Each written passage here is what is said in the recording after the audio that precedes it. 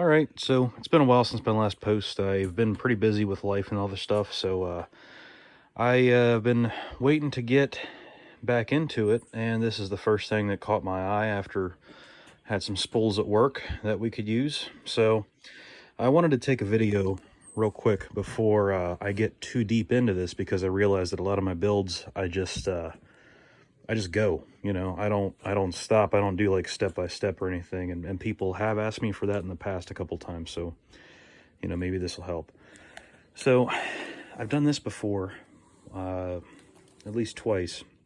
This is a Harbor Freight, I think 300-pound working load, what do you call it, a hand cart wheel that it's a two-part hub that you take the tire, or you take the hub apart and the tire just pops out with the tube, and then 3/8 bolts with a 5/8 axle in the middle.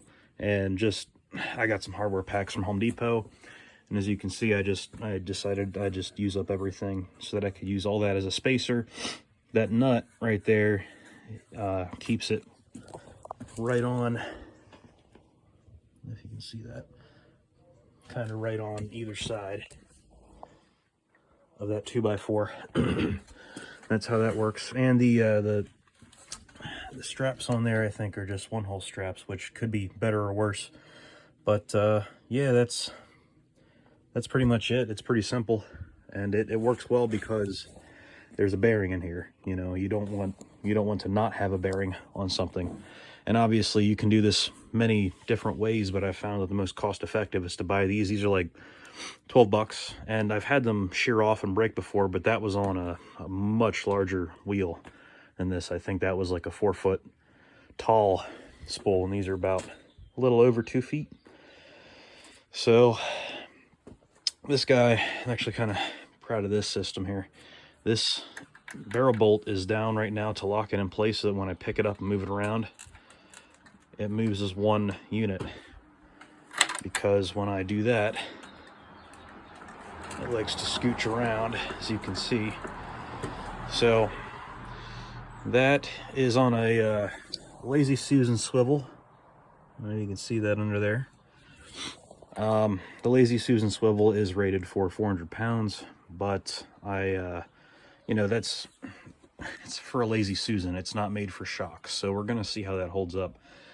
The reason I'm going with this now is because all of my other builds, I've done like one single point of rotation, like a bolt straight through the board. And what happens over time is whatever plate or platform that I have on that just starts to wiggle, and that's no good. That's not good for stability or anything like that. So yeah, that's why I'm going with the full bearing ring this time.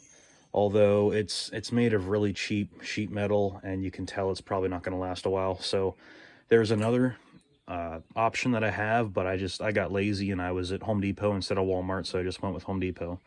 But they have a it's like a swivel. It's basically the same thing, but it's heavier duty. It's for a bass boat seat. So that's probably what I'm going to do next with this guy. So, but yeah, I mean, I made this thing to fit into the back of my car, because right now I have nothing else like this that could fit back there. The wheels are just like, I think, 1.5 inches shorter than the back of the car, and this tail can fold up, and I can put some seats down, and voila, I've got it. So what I'd like to do yet still is I've got my little locking section, and I've thought about popping little holes in an arc, like just taking it, like, I don't know, a couple degrees, mark it, drill, mark it, all the way down and around, so that I could have something that locks it in place. And I may still yet do that, just if, you know, if it suits. But I think I need to do some kind of gearing system, and I'm not 100% sure what I want to do with that yet, because everything I've made up until this point that's actually had a proper traverse has been direct fire, like, you know, like that kind of angle, which that's the shallowest angle, and this is the highest angle. I'm hoping to, like, 45 degrees, I think, is about, maybe 50 degrees. It's about where you want.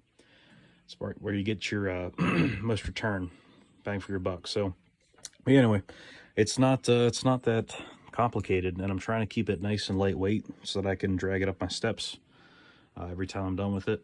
And yeah, I don't actually, it's not going to fit inside of a doorway, but we'll be okay. We'll figure it out. If I got to take these bolts off and take these legs off to make it work, so be it. The cannon is removable. Obviously, if you've seen my other videos, you may have seen my other systems work off the same principle, except for this time that little joist is, it's actually attached at an angle so that it has a higher angle of elevation. So, but yeah, I'd like to get something to adjust elevation and traverse at some point, but we'll see. This is just a starter video. So anyway, yeah, thanks for watching.